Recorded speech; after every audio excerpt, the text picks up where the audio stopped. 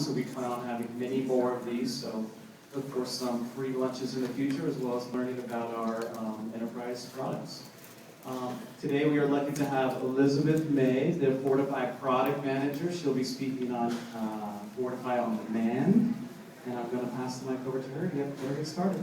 So, thank you, Elizabeth. Thank you, Ernesto. I'm going to use a little tablet thing. Can everyone hear me? Yep. Awesome. Smile if you can. So I'm Elizabeth May. I'm the product manager for Fortify on Demand in the HP ESP business unit. And today I'm going to talk to you about what I do and the product I manage and why application security is important, not only to enterprise, to governments, but to everyone here as well. So I'm going to lend some credit here to Alice in Wonderland, Lewis Carroll, and saying, begin at the beginning, the king said very gravely, and go on till you come to the end and then stop. So I figured the best place to start is at the beginning and talk a little bit about what is a product manager, at least in the context of this role. What is HP Fortify on Demand? Because I get that question a lot.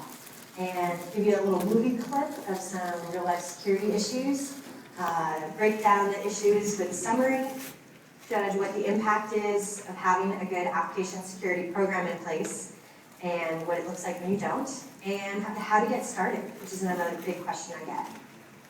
So let's jump right in. My job as product manager looks like this. That's it. So easy, right? So as a product manager for HP Fortify on Demand, we have a bunch of different inputs coming in from the market. And that could be internal customers who are running our application. It could be external customers via our account managers who are in the product as users. And engineering has best practices as well in development. Additionally, what you won't see here is that our executives and our leadership teams also give us strong guidance on what we should put into the product to meet our company goals as well. As a product manager, it's my job to decipher the signal through the noise. So if you have 100 inputs and you can only put 10 features in, how do you consolidate with those 100 inputs that you get in the month for feature requests and put them into 10 features that are going to satisfy as many people as possible in order to sell and increase revenue from their product as well? So I lend a lot of what I know to Pragmatic Marketing's Practical Product Management course. And it all goes back to going out in the market, and they define product management as a market-driven discipline based on a consistent, reliable framework which provides an actionable blueprint to build products that people will buy. So when we think about market problems, the three identifiers to know you really latched onto an appropriate market problem to solve or have your product or solution solve is that it's unique, it's pervasive, and people are willing to pay for it. So it comes down to product management if you put in a feature that people weren't willing to pay for, because that's a development cost. Not only that, it's an opportunity loss too.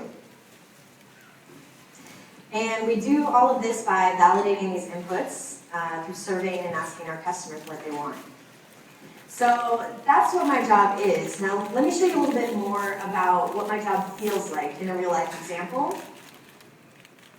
This is actually my car. I drive my dream car. It's a Honda CR-V. I know, it's a sweet ride. It's got 4-wheel drive, high clearance, drives like a car, fits 4 adults, plus ski gear for a weekend, and navy exterior, black interior, paid off.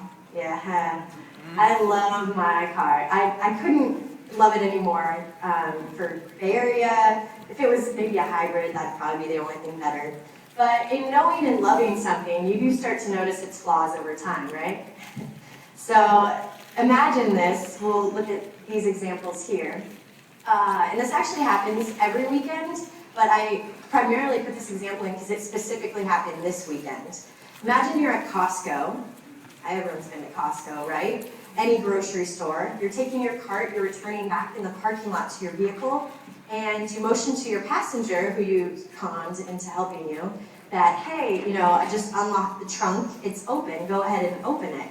So your passenger goes to help you out and sees that there looks to be a lever under the H Honda emblem right underneath the back rear window. Only it's not. That's actually, the only thing that's there is a little lamp that illuminates the license plate that's really expensive to replace. That doesn't open the back window, nor does it open the trunk. It's annoying.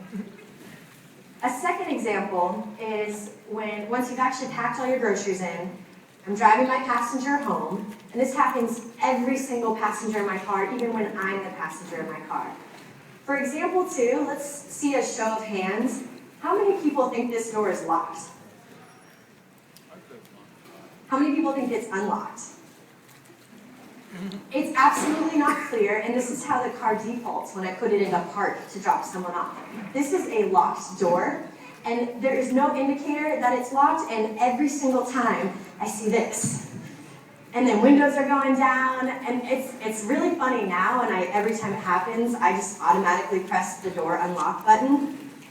But these are 2 items, 2 features in a product that they're quality assured, they're functionally perfect, but they don't really solve the unique, pervasive problem that people are willing to pay for. So here's actually how you open the trunk. It's about a foot down below. No lamps broken when you do this. And that's what the unlocked door looks like. I have to explain it every single time.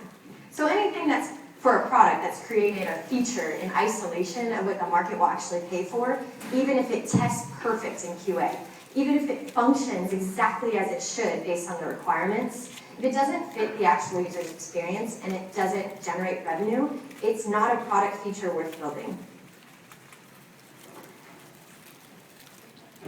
So let's go ahead and jump into my product, HP Fortify On Demand. HP Fortify On Demand, it offers static and dynamic analysis security testing in the cloud. Yeah, right? Huh? It doesn't really pass the family dinner test, does it? When I go home to my mom, she's not exactly tech savvy, but she lives in the Silicon Valley. She knows how to turn her cell phone on for emergencies. You know what I mean? But I have to go to her at family dinner night, and I have to tell her what I do. And she wants me to be happy in my job, which I am. She wants me to have a successful career, which I do. She also wants to tell her girlfriends about what I do in her quote circle. And I'm not sure if I came up to them and said, oh, you know, my product is static and dynamic analysis security testing in the cloud. It's great. I'm not sure that's going to resonate much. It doesn't really roll off the tongue. So I created a little bit of analogy in order to explain it. Everyone knows applications, because my mom is familiar with the applications on her desktop, her browser, her mobile device. So that's familiar. She's done some online banking. You know, she's familiar with these items and the access there. So I've created the analogy to compare an application code and the actual final product to paints and paint supplies and a masterpiece. So this is featuring the developer as artist, a masterpiece artist. And he has his tools, or she, which in this case for the painter would be your paints, your brushes, your canvas. And for the developer, it's the code, it's the IDE, it's everything you use to create an application or piece of software. And the final product is that piece of software on your browser, it's on your desktop, or it's on your mobile device. That would be your masterpiece. That's the developer's masterpiece. It's the artist's Mona Lisa, and it's a beautiful piece of software. So, to better explain the 2 offerings for Fortify On Demand, I've compared the paints and everything that makes up a painting as the code behind the application. And static, or SAS, static analysis security testing, will actually go through and make sure that you've got the right paints, you're putting the paint color in the right order, the brushes are right, and the canvas is appropriate. So we review the code in terms of security. And dynamic takes the final product, or what the user interacts with, and is reviewing the product as it's actually seen as its masterpiece. So in both cases, in static and dynamic, we're looking for areas where there's some danger, some security vulnerability. And I think the best way to describe it in this example is you can have the perfect paints, the perfect masterpiece, everything all laid out wonderfully, and as an artist you would never know that the paint you're using has lead in it, for instance. And in the same way, the code you're writing and the frameworks you're using are inherently, even if they're quality assured, even if they're functionally perfect, could still be insecure. Is quality assurance, perfect performance and function does not necessarily equal security assurance. So what HP Fortify On Demand does, now that we know, is SAST and DAST, so static and dynamic analysis security testing in the cloud. All you do is just go ahead and log in and you're able to upload code immediately or input your URL for your application in production or in staging and have the testings conducted right away. So we find, fix, and manage your application security program in the cloud. All right, let's see. Let's get another real example here. Oh. Frozen computer. So the movie clip's not working here. There's a movie that came out this year called Identity Thief. Has anyone heard of it? I just saw it. I thought it was really clever. It highlights social engineering. I'm just going to show a couple minutes of the clip just to kind of highlight. It's actually based on a true story and a true figure. So we'll go ahead and make sure it's not too loud.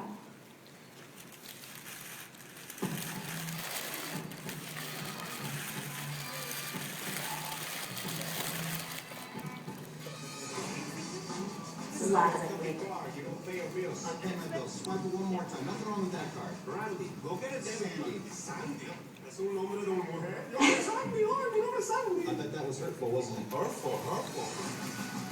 Exceeded the credit limit. I used the card for coffee and gas.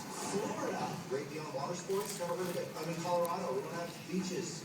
You know, we're landlocked. You missed your court date in Florida 3 days ago. I've never been to Florida. Promotion. What the hell is this? If I had to guess, this is the person who stole your identity.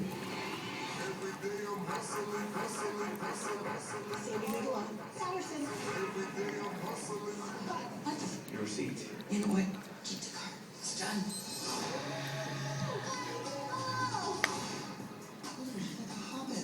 All right, in the interest of time, I won't go through the whole preview of the trailer here, but I wanted to use it as a point here to explain, you know, Diana uses social engineering in order to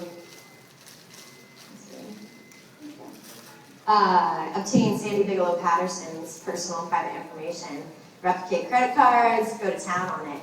But even in the case of social engineering, you can prevent that by having best practices, make your employees trained on it and how to prevent it so that they're not giving away special passwords, social security numbers out to random phone calls. Even if physical locations of your data centers are completely protected, even if your network is protected and your hardware that you're using is also protected, the application layer is still the area next now where there's the most opportunity for breaches and security vulnerabilities. So in that case of identity theft with social engineering, what we see is one victim. And there's probably more, an argument to be made that there's more, but essentially it's Sandy Bigelow Patterson, and he has a frowny face. He has to be a vigilante and find out why he's a victim and how to fix it. It impacts his job, credit, everything. But in the case of application security, one hack impacts not just one Sandy Bigelow Patterson, it impacts many. And that's really important to the enterprise, it's really important to governments. Because one breach versus one phone call is extraordinarily expensive and devastating. So what does this look like as well in a real life case study? There's a social gaming company in San Francisco, and they just started out by putting simple apps on MySpace in 2001, 2002. They then moved into game development on Facebook and mobile devices as well. And in 2009, it was discovered that they were storing all their usernames and passwords unencrypted. It was an independent security research group who found that.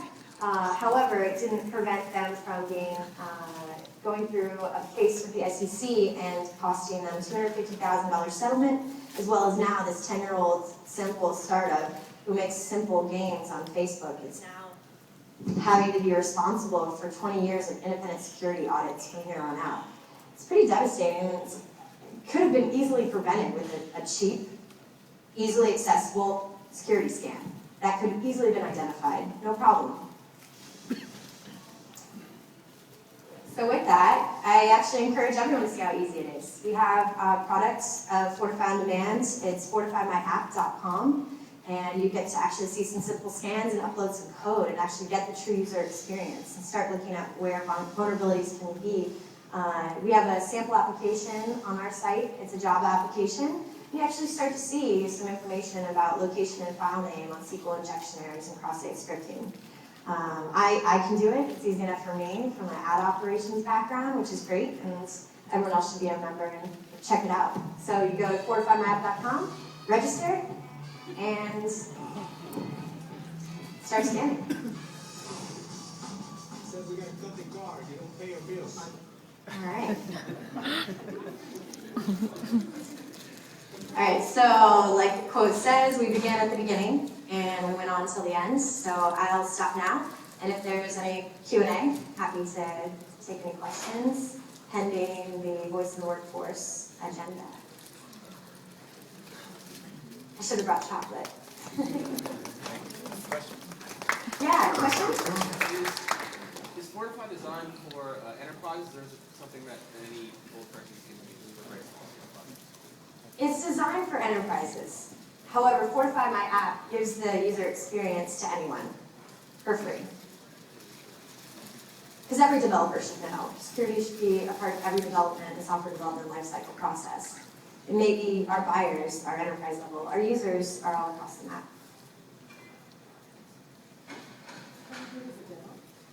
Give a demo? Yeah, I can do that right now. Live demo is scary.